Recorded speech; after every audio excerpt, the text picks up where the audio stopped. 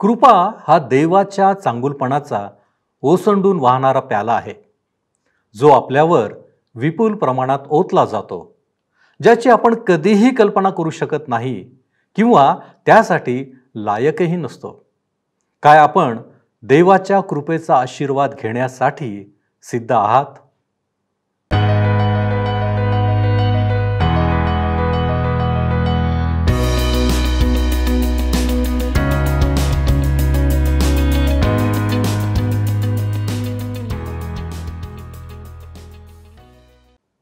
ख्रिस्तामधील प्रिय बंधू आणि भगिनींनो, उपासना कार्यक्रमामध्ये आपले हार्दिक स्वागत. प्रियांनो, परमेश्वराने यहोशवाला जेव्हा पाचारण केले तेव्हा त्याला म्हटले होते की खंबीर हो, हिम्मत धर, घाबरू नकोस, कचरू नकोस, कारण तू जाशील तिकडे तुझा देव परमेश्वर तुझ्याबरोबर असेल. म्हणजेच त्याची कृपा आमच्याबरोबर असेल. आणि अगदी तंतोतंत परमेश्वराने यहोशवाबरोबर केले. इस्रायल लोक वचनदत्त देशामध्ये आले. आजच्या अध्ययनात आपण समारोप पाहणार आहोत. यहोशवा सर्वांना एकत्रित करून त्यांना बोध करीतो. तो पुन्हा जुन्या गोष्टींची आठवण करून देतो आणि शेवटी यहोशवा आणि एलाजार यांच्या मृत्यूने या पुस्तकाची समाप्ती होते. तर मग चला प्रियांनो, आपण आपल्या अध्ययनाची सुरुवात करूया. श्रोत्यांनो, ह्या दिवसांमध्ये आम्ही यहोशवाच्या पुस्तकाचे अध्ययन करीत आहोत आणि आज शेवटला अध्याय अर्थात 24वा अध्याय आम्ही अभ्यासणार आहोत. यहोशवा आता वयस्कर झाला होता, थकला होता. थोड्याच दिवसांचे आपण सोबती आहोत हे त्याला समजले होते. लोकांना अखेरचा काही बोध करावा अशी त्याची इच्छा होती. प्रथम त्याने सर्व पुढारी व वडील यांना बोलावणे पाठवले. मग सर्व लोकांना एकत्र बोलावले. त्याने देवाचे सामर्थ्य, देवाचे विश्वासूपण यांची त्यांना आठवण करून दिली आणि त्याच्याशी विश्वासू रहा असा कळकळीने त्यांना बोध केला. त्याने त्यांना सांगितले की तुम्ही आता परमेश्वराचे भय धरा, त्याची सेवा करा, सात्विकतेने व खऱ्या मनाने त्याची सेवा करा. त्याने त्यांना विश्वासापासून भ्रष्ट होऊ नका असे बजावून सांगितले. 24वा अध्याय आणि पहिलं वचन सांगतं. यहोशवाचे पुस्तक 24वा अध्याय पहिले वचन. नंतर यहोशवाने इस्रायलांच्या सर्व वंशांना शखेम येथे जमविले आणि इस्रायलांचे वडीलजन, प्रमुख, न्यायाधीश व अंमलदार ह्यांना बोलावणे पाठविले आणि ते देवासमोर हजर झाले. श्रोत्यांनो, 24व्या अध्यायात यहोशवा सर्व लोकांस एकत्र करीत आहे. ते सर्व स्वतःला परमेश्वरासमोर समर्पित करतात. यहोशवा त्यांच्या इतिहासाचे चिंतनपर परीक्षण करून त्यांच्यासमोर पुन्हा मांडित आहे. परमेश्वराने किती उदारपणे त्यांच्याशी व्यवहार केला हे तो त्यांना स्पष्ट करीत आहे. दुसरं वचन सांगतं की तेव्हा यहोशवा सर्व लोकांस म्हणाला, इस्रायलाचा देव परमेश्वर म्हणतो, प्राचीन काळी तुमचे पूर्वज अब्राम व नाहोर ह्यांचा बाप तेरह हे फरात महानदी पलीकडे राहत व अन्य देवांची सेवा करीत. ह्यावरून आमच्यासमोर अशा काही गोष्टी प्रकट होत आहेत ज्याबद्दल आम्हाला जरी संशय होता तरी पण आम्हाला त्या माहीत नव्हत्या. जेव्हा परमेश्वराने अब्रामाला ऊरमधून बोलावले तेव्हा त्याने त्याला मूर्तीपूजेचे माहेर घर असलेल्या स्थानामधून बाहेर काढले. तेरह जो त्याचा पिता होता तो दुसऱ्या देवतांना मानणारा होता. आता हे सर्व काही पाहिल्यानंतर श्रोत्यांनो, एक प्रश्न उद्भवतो, तो म्हणजे परमेश्वराने त्याच्यापासून राष्ट्र निर्माण करण्याकरिता फक्त त्याचीच निवड का केली? थोड्या वेळ ह्याची पार्श्वभूमी आपण पाहूया. बाबेलच्या बुरुजाच्या घटनेनंतर मानव पूर्णपणे परमेश्वरापासून दूर गेला होता. कोणीच परमेश्वराची सेवा करीत नव्हता. अब्रामाचा पिता तेरहने सुद्धा परमेश्वराची सेवा केली नाही. जेव्हा परमेश्वराने ह्या लोकांच्या भाषेमध्ये घोटाळा निर्माण केला त्यानंतर ते सर्व पृथ्वीच्या पाठीवर इकडे तिकडे पांगलेत आणि स्वतःसोबत जिवंत आणि खऱ्या देवाविषयीचे ज्ञान घेऊन गेलेत. ह्याच कारणामुळे आज जरी हे लोक खऱ्या देवाची उपासना करीत नाहीत तरी त्यांना अन्य देवतांची उपासना करणाऱ्या लोकांना खऱ्या देवाची माहिती अवश्य आहे. बाबेलच्या ह्या घटनेनंतर पूर्णपणे धर्मत्याग आम्हाला दिसून येतो. आता परमेश्वर जे काही करेल ते त्याच्या व्यक्तित्वाशी, त्याच्या स्वाभाविक गुणांशी, चरित्राशी, सुसंगत आणि दृढ राहील का? हा प्रश्न आहे. त्याला पाहिजे असते तर त्याने मानवजातीला ह्या पृथ्वीवरून संपूर्णपणे नष्ट केले असते. त्याला पाहिजे असल्यास तो ह्या पृथ्वीला चंद्राप्रमाणे थंड, निर्जीव, उदास करू शकला असता. परंतु श्रोत्यांनो, त्याने तसे केले नाही. तो मानव प्राण्याला पुन्हा मिळवणार.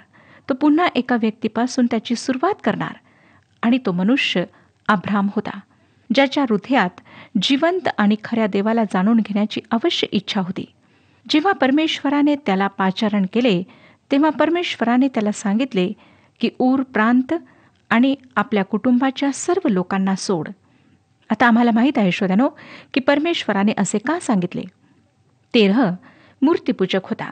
परमेश्वराने अब्रामाला ह्या सर्व गोष्टींपासून दूर केले, जेणेकरून त्याच्याद्वारे एका नवीन राष्ट्राची निर्मिती त्याने करावी आणि त्याच वंशातून मसीहा ह्या जगात यावा. आता परमेश्वराने मिस्र देशाच्या त्या विटा बनविण्याच्या जागी राष्ट्र निर्माण केले.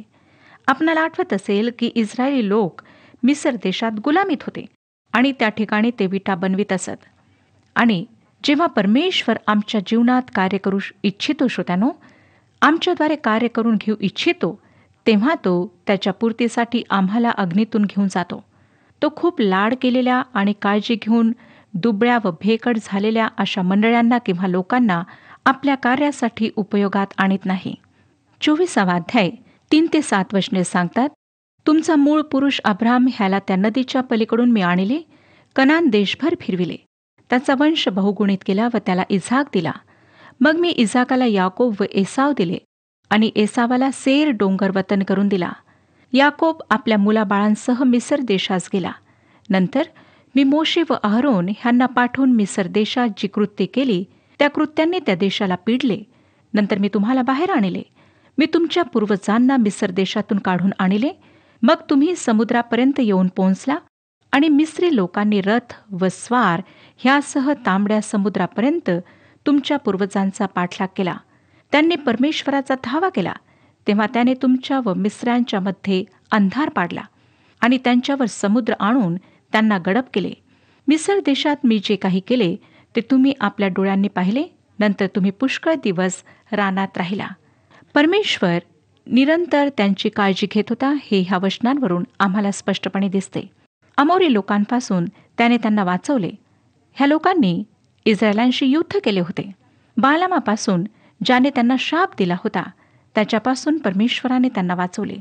परमेश्वराने त्यांना यार्देने पार पोहोचवले आणि त्यांची त्या सर्व लोकांपासून, त्यांच्या निंदेपासून आणि उपाहापासून सुटका केली. नंतर पुढे 8 ते 13 वचने आम्हाला सांगतात श्रोत्यानो. 24वा अध्याय 8 ते 13 वचने. मग मी तुम्हाला यार्देनेच्या पूर्वेस राहणाऱ्या अमोरी लोकांच्या देशात आणले. ते तुमच्याशी लढले. मी त्यांना तुमच्या हाती दिले व तुम्ही त्यांच्या देशाचा ताबा घेतला. तुमच्याकरिता मी त्यांचा संहार केला. नंतर मोवाबाचा राजा बालाक बिन सिप्पोर ह्याने इस्रायलाशी युद्ध केले. तुम्हाला शाप देण्यासाठी त्याने बौराचा मुलगा बलाम ह्याला बोलावून घेतले.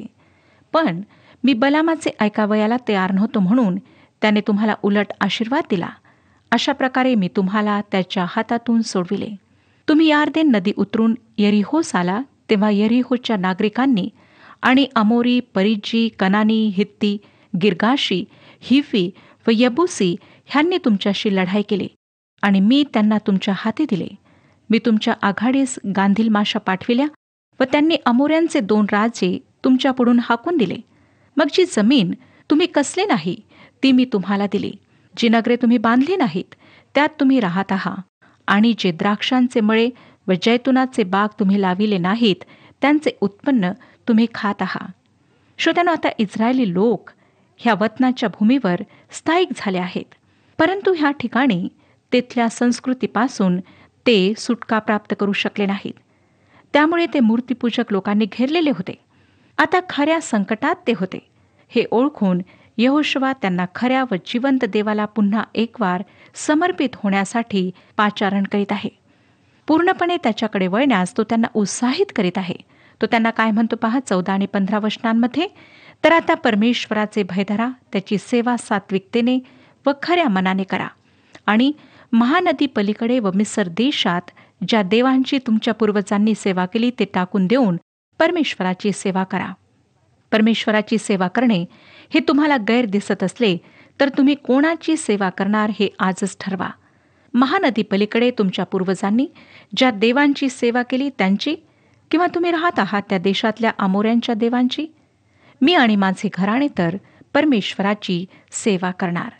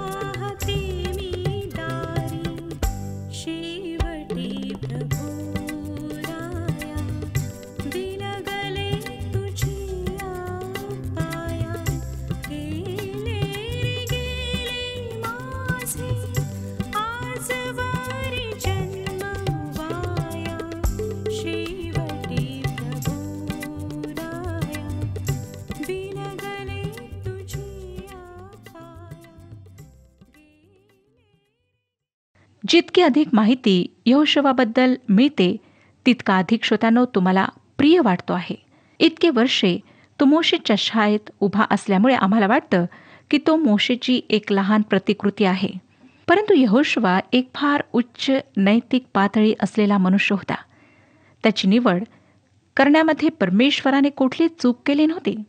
यहोशुवा जरी एक साधारण मनुष्य होता, तरी हे पुस्तक प्रदर्शित करते की एक साधारण मनुष्य जेव्हा परमेश्वराप्रित्यर्थ समर्पित होतो, तेव्हा परमेश्वर त्याचा फार मोठ्या प्रमाणात उपयोग करून घेतो. तो त्या राष्ट्राला म्हणतो की तुम्ही पुन्हा तुमच्या पूर्वजांनी ज्या देवतांची पूजा केली त्यांच्याकडे वापस जाऊ इच्छिता का? अथवा तुम्ही अमोऱ्यांच्या देवतांची उपासना करू इच्छिता का? तुम्ही निर्णय घ्या. परंतु मी आणि माझे घराणे तर परमेश्वराची सेवा करणार. श्रोत्यानो, इस्रायलाच्या सर्व वंशांकरिता परमेश्वरासोबत जो करार होता त्यावर पुन्हा विचार करून तो मान्य करण्यासाठी हे एक फार चांगले आव्हान होते. आता लोकांच्या प्रत्युत्तराकडे लक्ष द्या. 16 आणि 17 वचने पहा काय सांगतात. तेव्हा लोकांनी उत्तर दिले, परमेश्वराचा त्याग करून अन्य देवांची सेवा करणे आमच्या हातून कदापि न घडो. कारण आमचा देव परमेश्वर ह्यानेच आम्हाला व आमच्या पूर्वजांना मिस्र देशातून दास्यगृहातून काढून आणले. त्यानेच आमच्या नजरेसमोर मोठमोठे चमत्कार केले आणि ज्या वाटेने आम्ही प्रवास केला आणि ज्या राष्ट्रांमधून आम्ही गेलो तेथे तेथे त्याने आमचे संरक्षण केले. आपण कदाचित म्हणाल श्रोत्यानो की परमेश्वराने ज्या अद्भुत रीतीने इस्रायलांच्या जीवनात कार्य केले त्यामुळे ते त्याच्या निकट राहिले आणि त्यांनी त्याची सेवा केली. 3580 वर्षांपेक्षा अधिक वर्षांपूर्वी होऊन गेलेल्या घटनांवर दृष्टी करून इस्रायलांवर दोष लावणे सोपे आहे. किती भयंकर अपयश त्यांना मिळाले. परंतु आज आमच्या बाबतीत काय? आम्ही जिवंत परमेश्वराच्या किती निकट आहोत? आम्ही हे प्रश्न स्वतःला विचारूया. आम्ही दुसऱ्यांकडे बोट दाखवण्याऐवजी स्वतःचे परीक्षण करूया. 20 वचन सांगतं, तुम्ही परमेश्वराचा त्याग करून परक्या देवांची सेवा कराल तर जरी त्याने तुमचे कल्याण केले असले तरी तो उलटून तुमचे अनिष्ट करेल आणि तुमचा संहार करेल. परमेश्वर आमच्याशी इतका चांगला आहे की कधीकधी आम्ही त्याने जे आशीर्वाद आम्हाला दिले आहेत त्यांच्याबद्दल आभार प्रगट न करता आळस आणि औदासिन्य प्रदर्शित करतो. बरेचसे लोक असे समजतात की जे त्यांच्या मनातील त्याप्रमाणे ते वागू शकतात, करू शकतात. श्रोत्यानो, हे खरं आहे की परमेश्वर दयाळू आहे, कृपाळू आहे, प्रेमळ आहे, सहनशील आहे. परंतु लक्षात ठेवा की तो न्यायप्रिय सुद्धा आहे. तो अगदी खरा न्याय करणारा परमेश्वर आहे आणि तो आपल्या न्यायामध्ये चुकणार नाही. 21 वचन, लोक यहोशुवाला म्हणाले, नाही, आम्ही परमेश्वराचीच सेवा करणार. इस्रायलांनी जे काही प्रत्युत्तर दिले ते ऐकायला फार चांगले वाटते, होय ना श्रोत्यानो? त्यांचा उद्देश सुद्धा चांगला वाटतो. 25 आणि 26 वचने पहा पुढे काय सांगतात. तेव्हा यहोशुवाने त्या दिवशी त्या लोकांबरोबर करार केला आणि शखेमात त्यांना विधी व नियम लावून दिले.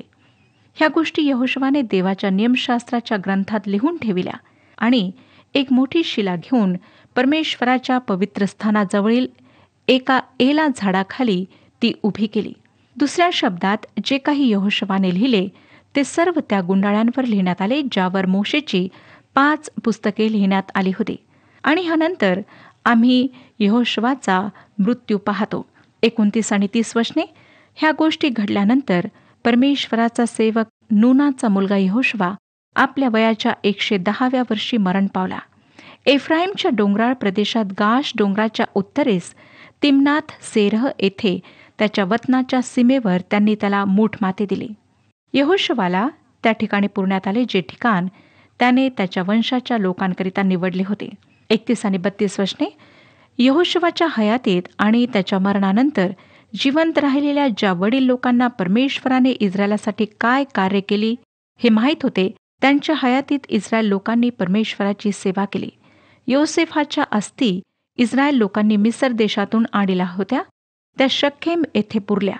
ती जागा याकोबाने शखेमाचा बाप हमोर ह्याच्या वंशजाकडून 100 कसिटा देऊन विकत घेतली होती. हे ठिकाण योसेफाच्या वंशजांचे वतन झाले.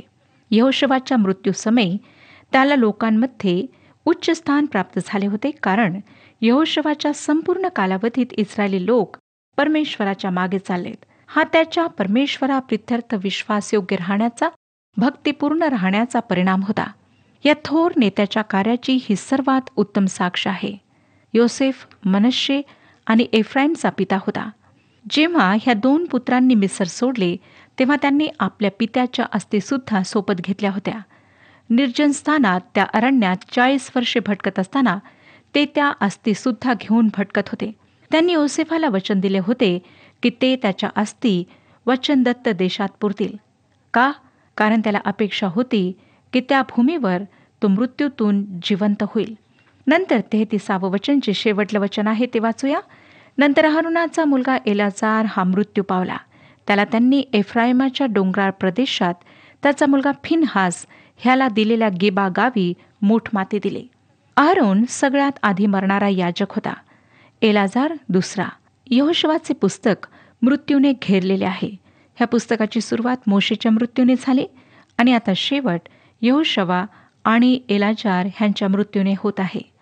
ह्या वचनात ज्या एका गोष्टीने माझे लक्ष वेधले ती म्हणजे जरी त्यांनी एलाजारला एफ्राईमच्या डोंगराळ प्रांतात त्याचा पुत्र फिनहास याचे गाव गेबा येथे मुठमाती दिली, तरी प्रश्न हा आहे की फिनहासला ही भूमी कुठून मिळाली?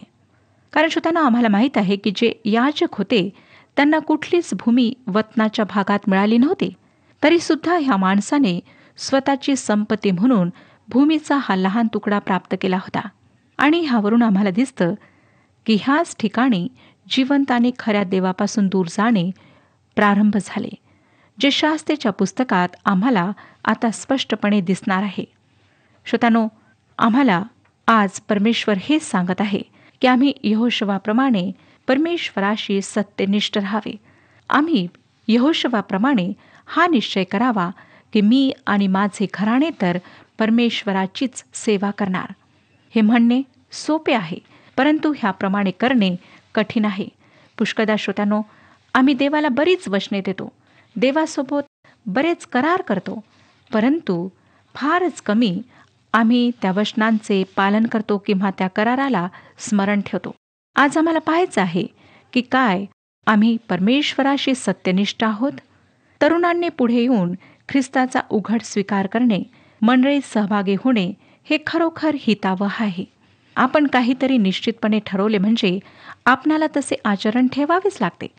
त्यामुळे आमच्या जीवनाला वळण लागते. विश्वासाची कबुली देण्याविषयी पॉल रोमकारासपत्र 10 आणि 10 वचनांमध्ये म्हणतो की येशू प्रभू आहे असे जर तू आपल्या मुखाने कबूल करीशील आणि देवाने त्याला मेलेल्यातून उठविले असा आपल्या अंतकरणात विश्वास ठेवशील तर तुझे तारण होईल. कारण जो अंतकरणाने विश्वास ठेवितो तो नीतिमान ठरतो व जो मुखाने कबूल करीतो त्याचे तारण होते. श्रोत्यानो, मोशे आणि यहोशुवा ह्यांच्या जीवनात आम्ही पाहतो की त्यांनी परमेश्वरावर पूर्ण विश्वास ठेवला होता. त्यांचे जीवन परमेश्वराकरिता पूर्णपणे समर्पित जीवन होते. आज आमचे सुद्धा जीवन ख्रिस्ताकरिता समर्पित असे जीवन असायला हवे. आम्ही अंतकरणाने त्याच्यावर विश्वास ठेवायला हवा. जर आमचा विश्वास दृढ आहे तर मग कोणतीही परिस्थिती आली तरी आम्ही मागे फिरणार नाही. अधिक तर काय होतं की छळ होताच, संकटे येताच, थोडासा विरोध होताच लोक विश्वासामध्ये मागे पडतात, ते परमेश्वरापासून दूर जातात. आज आम्हाला वचन सांगत आहे की आम्ही यहोशुवाप्रमाणे हा निश्चय करावा की प्रभू, माझ्यावर कितीही संकटे आलीत, कितीही परिस्थिती गंभीर असली तरीसुद्धा मी तुझ्या सेवेमध्ये मागे फिरणार नाही, परंतु खऱ्या अंतकरणाने सत्यनिष्ठ राहून प्रामाणिकपणे मी तुझी सेवा करीन. श्रोत्यानो, जेव्हा अशा प्रकारचा निश्चय आम्ही करतो तेव्हा परमेश्वरच आम्हाला सामर्थ्य पुरवितो. तोच आमची सेवा कबूल करून घेतो. आमच्या सेवेवर तोच आशीर्वाद पाठवितो. जर आम्ही समर्पित नाही तर आमची कोणत्याही प्रकारची सेवा परमेश्वर मान्य करणार नाही. पुष्कळदा भावनांच्या आहारी जाऊन आम्ही बरेच निश्चय घेतो. आम्ही परमेश्वराला वचनसुद्धा देतो, परंतु थोड्याच दिवसांमध्ये आमचा तो उत्साह थंडा पडतो. परमेश्वर अशा प्रकारचे समर्पण मान्य करीत नाही. त्याची हीच इच्छा आहे की आम्ही जीवनाच्या शेवटल्या श्वासापर्यंत, शेवटल्या क्षणापर्यंत त्याच्यासोबत सत्यनिष्ठ राहावे. मला माहीत नाही श्रोत्यानो की आपण आज कोणत्या प्रकारच्या आत्मिक परिस्थितीत आहात. आपली आत्मिक दशा काय आहे. होऊ शकतं की एक वेळ अशी होती आपण फार उत्साही होता. आपण प्रभू येशू ख्रिस्ताला तारणारा म्हणून स्वीकारले आणि मोठ्या उत्साहाने त्याची सेवा सुरू केली. परंतु थोड्याच दिवसात आपलं प्रेम, आपला उत्साह थंडा पडला आणि आज आपण जगातील अन्य लोकांप्रमाणे जीवन जगत आहात. आपण आपला तो निश्चय आणि जो करार, जे वचन आपण परमेश्वराला दिले ते आपण विसरले आहात. परमेश्वर आपणाला स्मरण करून देत आहे. यहोशुवाच्या जीवनाच्या द्वारे तो आपणाला सांगत आहे की तुम्ही सुद्धा आपल्या अंतिम क्षणापर्यंत परमेश्वराशी विश्वासयोग्य रहा, त्याची सेवा करा आणि स्वर्गामध्ये तुमच्याकरिता जो मुकुट ठेवलेला आहे तो प्राप्त करा. काय श्रोत्यानो, पुन्हा एक वार स्वतःचे जीवन परमेश्वराच्या हातामध्ये सोपविण्याकरिता आपण तयार आहात? जर आहात तर एका लहानशा प्रार्थनेने आपले जीवन त्याच्या पवित्र हातांमध्ये समर्पित करा आणि नेटाने त्याची सेवा करण्याकरिता सुरुवात करा. परमेश्वर ह्या विषयात आपले मार्गदर्शन करो आणि आपल्याला आशीर्वाद देऊ. हा कार्यक्रम आपणास आवडला काय? आता आम्हाला एक मिस कॉल करा आणि आपण पुढील विजेता होऊ शकता.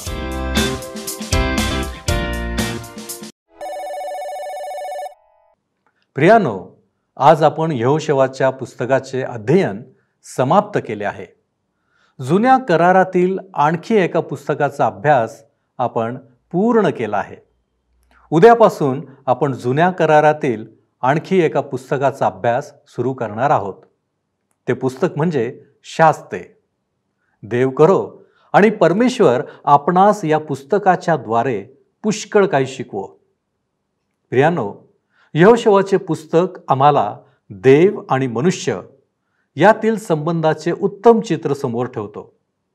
जर आपण देवावर विसंबून राहतो, त्याच्या आज्ञा पाळतो, तर नक्कीच परमेश्वर आमच्या जीवनातील प्रत्येक क्षणामध्ये आम्हाला संरक्षण पुरवतो, आशीर्वादित करतो. काय त्या देवावर आपण विसंबून राहू इच्छिता? आम्ही पाहिले की यहोशुवाचा निर्णय होता की मी आणि माझे घराणे तर परमेश्वराची सेवा करणार. आज आपला निर्णय काय आहे? आपण प्रार्थना करू. सर्व समर्थ आमच्यावरती दया आणि कृपा करणाऱ्या महान प्रेमळ परमेश्वरा, आम्ही तुला धन्यवाद देतो प्रभूजी. तुझे आभार मानतो यासाठी की प्रभूजी या जीवनामध्ये तू आमच्या बरोबर आहेस. प्रतिदिनी तू आमच्या बरोबर आहेस. तू आम्हाला कधी सोडत नाहीस, कधी टाकत देखील नाहीस. प्रभूजी, आज आम्ही तुझ्या चरणापाशी आलेलो असताना आम्ही सर्व आजारी लोकांसाठी प्रार्थना करतो. होय प्रभूजी, या जगामध्ये अनेक लोक आजारी आहेत ज्यांना तुझ्या आरोग्याची गरज आहे. अनेक लोक गरीब आहेत जे उपचार घेऊ शकत नाहीत. प्रभूजी, आज आम्ही त्यांच्यासाठी विनंती करतो. प्रभूजी, तुझी कृपा त्यांच्यापर्यंत पोहोचो. तुझं आरोग्य त्यांना लाभो आणि त्यांचं जीवन बदलून जावो. होय प्रभूजी, तू आरोग्य देणारा आमचा जिवंत देव आहेस. तुला बसलेल्या फटक्यांच्या द्वारे आम्हाला आरोग्य मिळाले आणि म्हणूनच प्रभूजी, आम्ही तुझी लेकरं या नात्याने तुझ्या चरणापाशी आलेलो आहोत. तूच म्हणतोस की जे काही तुम्ही माझ्या नावात मागाल ते मी तुमच्यासाठी करेन. आणि म्हणूनच प्रभूजी, या विनंत्या, या मागण्या धन्य तारक प्रभू येशू ख्रिस्त याच्या गोड आणि गौरवी नावात करतो, म्हणून तू ऐक. आमेन. आपला प्रभू येशू ख्रिस्त याची कृपा तुमच्याबरोबर सदैव असो.